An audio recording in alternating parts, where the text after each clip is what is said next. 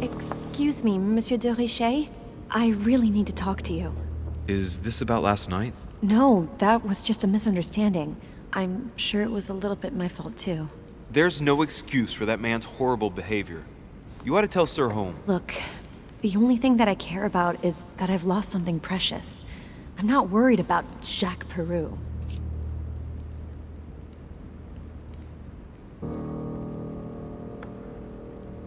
You didn't happen to lose this, did you?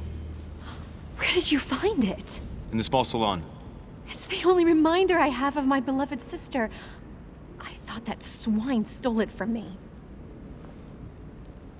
You're her son. Sarah de Richet's son. Yes, why? Last night, I found out that your mother was on the island. What are you doing here?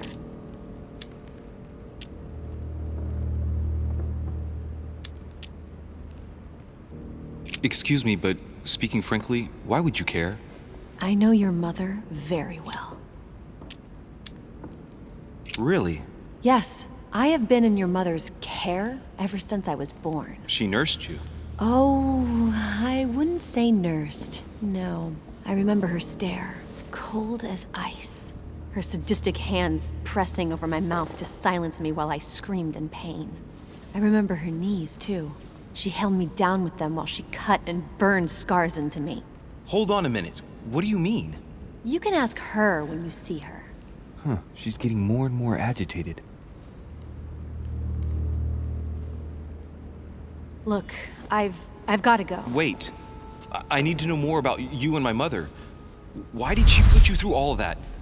There must be some reason for what she did. What's the point of rubbing salt in the wounds?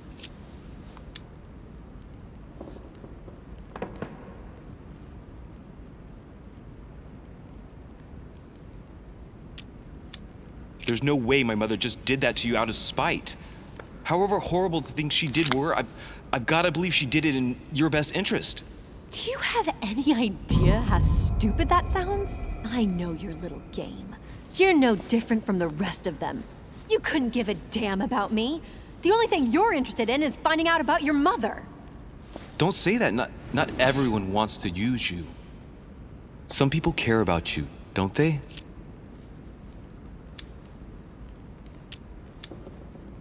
Haven't you got a sister? Yes. I'm sure she loves you with all her heart. She's the only one who cares about me. I would have put an end to it all by now if it weren't for her. Since you insist, I'll tell you how I met your mother. Thanks for trusting me. You see, before I was born, my mother often suffered from hallucinations and fits of anger. Soon people could barely recognize her. She became a completely different person. So my father spent an enormous amount of money paying for the best doctors, but none of them were able to cure her. The last resort was to call a priest. So, is that what your father did? No. He went to an expert in the occult. Ah, my mother. Her reputation already extended beyond our borders. My mother's fits stopped at my birth, and Sarah de Richet concluded that the evil had passed into me. Not only did it encourage her to stay, but she took the opportunity to advise my father to separate me from the rest of my family. That's how I was declared stillborn. My fate was decided that very day. It would coincide with my mother's frequent trips to America. I had my first fit when I was 3. That's when your mother began her experiments to rid me of the evil inside. I understand how you feel, but I know my mother. I'm sure she had her reasons, even if it seems difficult to believe. Everything she put me through was all for nothing. My whole life was ruined for nothing. So what brings you here then? My father used to know Sir Holm. He offered to introduce me to the world's leading authority in the occult. Lord Mortimer. He was my last hope. Until I found out he had also invited your mother. It's got to be a coincidence. I don't believe for a second she's come here for you. You can't change my mind about this, Louis. My days are numbered, and I know it.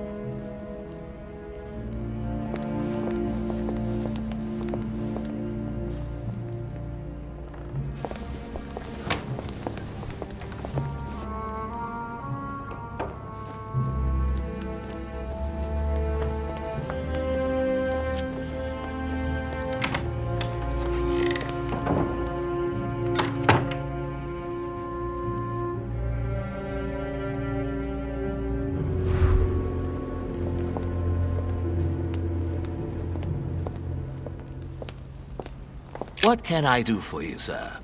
I am at your service day and night, sir.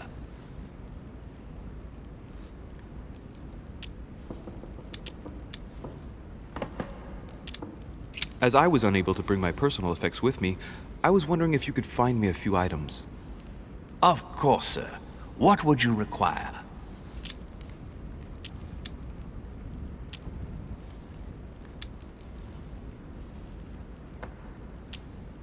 I still haven't quite recovered after the boat crossing. Would you have any Maltese cross, by any chance, please? I am sorry, sir, but the Maltese cross may be just a plant, but it is also a powerful psychotropic drug that causes undesirable diuretic effects. I would advise against, sir, taking any.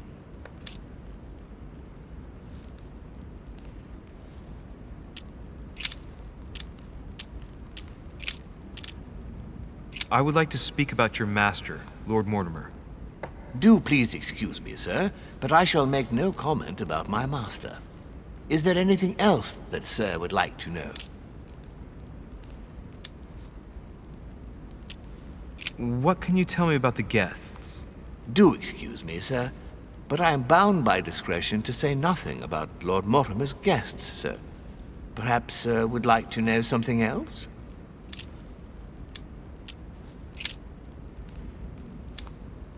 Yes. Can you briefly describe the ground floor, please? Very well, sir. On the ground floor, there are mainly living rooms. Sir finds himself at present in the Grand Hall. From the Grand Hall, Sir can access, on one side, the small salon where the guests like to relax with a good book. From there, Sir can access the conference room, which is closed at present for preparations. That is where Lord Mortimer likes to gather all of his guests for talks. From the other side of the Grand Hall, Sir may access the dining room. That is where Sir's meals will be served. From the dining room, Sir may benefit from an exceptional view overlooking the island. It is also the best way to access the portrait gallery, where a large part of Lord Mortimer's works are exhibited. And in the gallery, Sir will also find access to the garden. But Sir may be reassured the building is accessible on both sides, so that it surrounds the garden in question. So, Sir should not find cause to worry. No one has ever gotten lost. Except for my mother. Has Sir another question?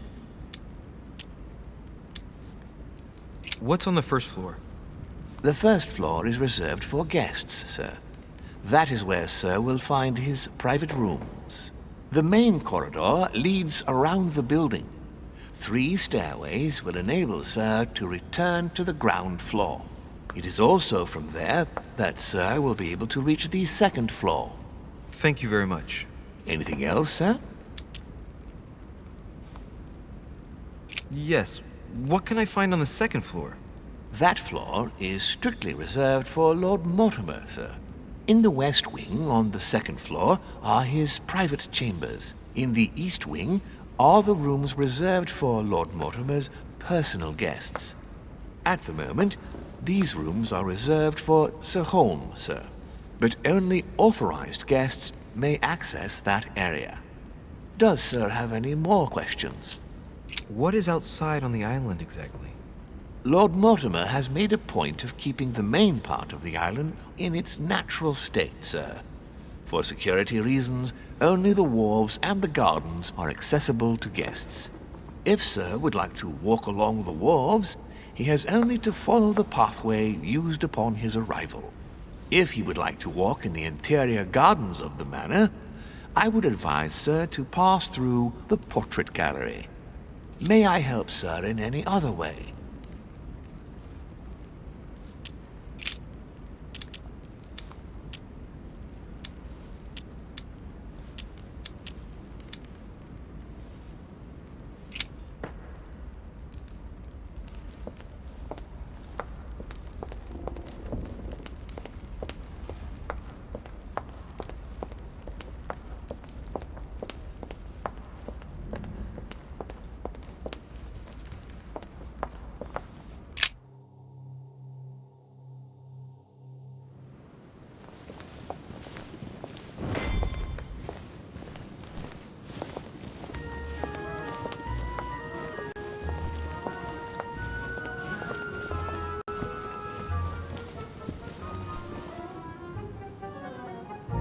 Dear friends, I bid you welcome.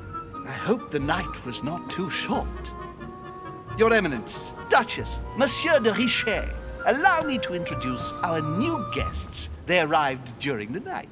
Johann Christoph von Wollner, Minister of Religious Affairs and close aide of Frederick William II, King of Prussia. Napoleon Bonaparte, Lieutenant of the French Revolutionary Army. And Jacques Peroux, French Revolutionary Tribunal Judge.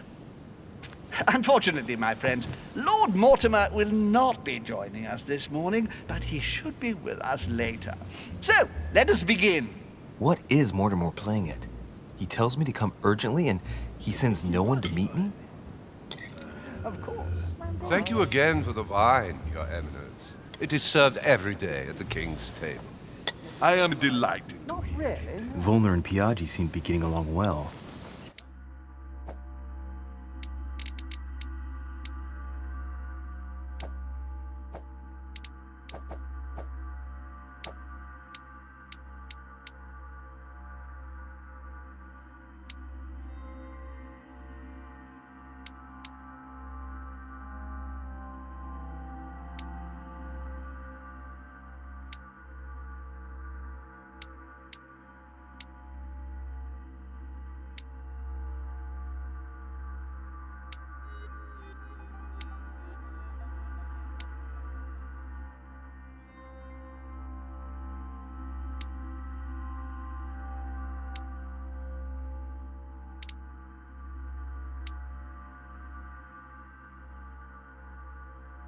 And right he was too. Oh, monsieur. You must be joking. Please feel it. Surprisingly, you know Volner prohibited religious practices in Prussia. Renowned member of the Rose Croix Order, former Freemason, and great lover of alchemy. And look at Piaggi fawning over him. I really do have a problem digesting political protocol. My dear Johann, how are you? Glad to make landfall at last. And yourself? Very well. And your husband? He's poorly. The French Revolution gives him terrible headaches. Oh, I understand. I should feel better too, as soon as the situation is settled. If by chance the French crisis is emulated in Berlin, there will always be a refuge for you in London, my dear. Your offer does you honor, Emily. But London is much closer to Paris than Berlin. Beware. The French are capable of sailing up the Thames straight to the Houses of Parliament. Oh, my friend, I am shaking in my clogs. Holy morning. Is the wine to your liking? Very much so, Sir Gregory. Such complexity. Typically French. A Sauterne, isn't it? Absolutely. If I'm not mistaken, this is not Lord Mortimer's favorite wine. It is yours. In his absence, I have taken the liberty of making a slight deviation from the rule, but I count on your discretion. Don't worry, I appreciate the same grape varieties as you. I remember the last time we tasted that nectar here at this table. The finest minds of the century were present. And the last time we drank it, the orphanage in Bloomsbury was still in ruins. Would you repeat that? Oh, well, I put some small effort into the works. The orphanage reopened just before Christmas. The bedrooms, washrooms, and the classrooms had all been refurbished. I don't know what to say. You have given the girls a wonderful Christmas gift. Thank you. I made a promise. Now it is done.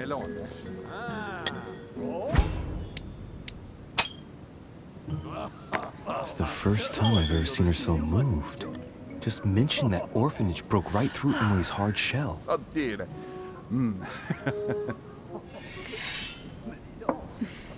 Is everything all right? Yes, thank you. I had a moment of absence, but here I am again.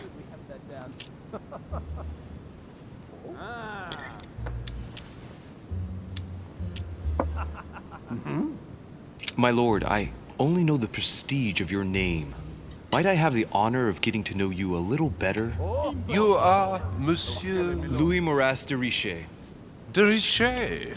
De Richet. A name with a nobiliary particle. Are you descended from a noble line? Please, go ahead. What do you want to know? I am just a simple French citizen. Really? Oh, you seem nothing like a commoner. Especially compared to that wretch over there sharing our meal. Heard the news. What a story. Don't trouble yourself. Have you any information on this Napoleon? And you, sir?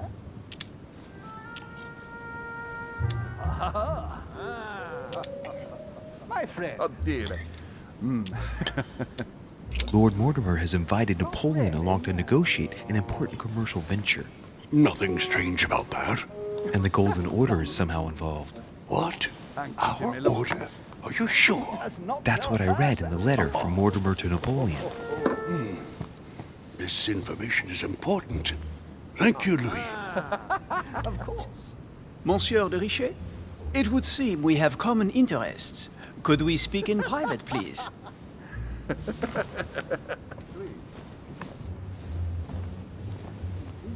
It is remarkable. It's the least one can say. Lord Mortimer and the Golden Order, through your mother, have concluded a financial agreement. Stay composed, Louis. I'm listening. An agreement for cannons. Lord Mortimer assured me that you are to take over the project on behalf of your mother. You must know that I am deeply sorry about their disappearance, but I must validate the deal urgently if I want to be able to organize things properly. I haven't seen Lord Mortimer yet. I'm afraid I'll be unable to answer your questions. He assured me that you could replace your mother during her absence. I appreciate his confidence, but still, this is a bit hasty. But please continue. Of course, but I need to know if I can count you among my allies. Well, of course. And for that, I have a little question for you.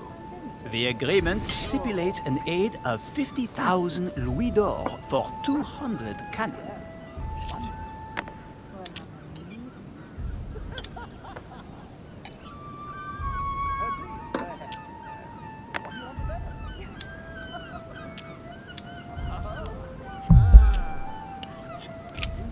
Absolutely. 50,000 louis d'or in hard cash.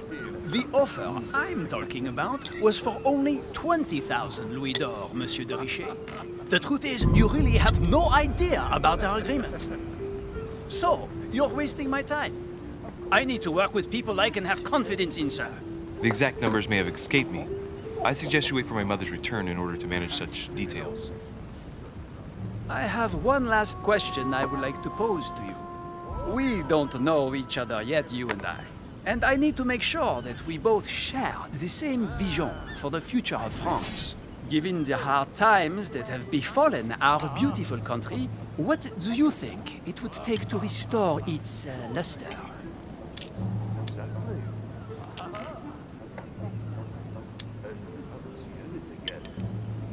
I think what France is lacking today is a truly strong leader ready to govern her.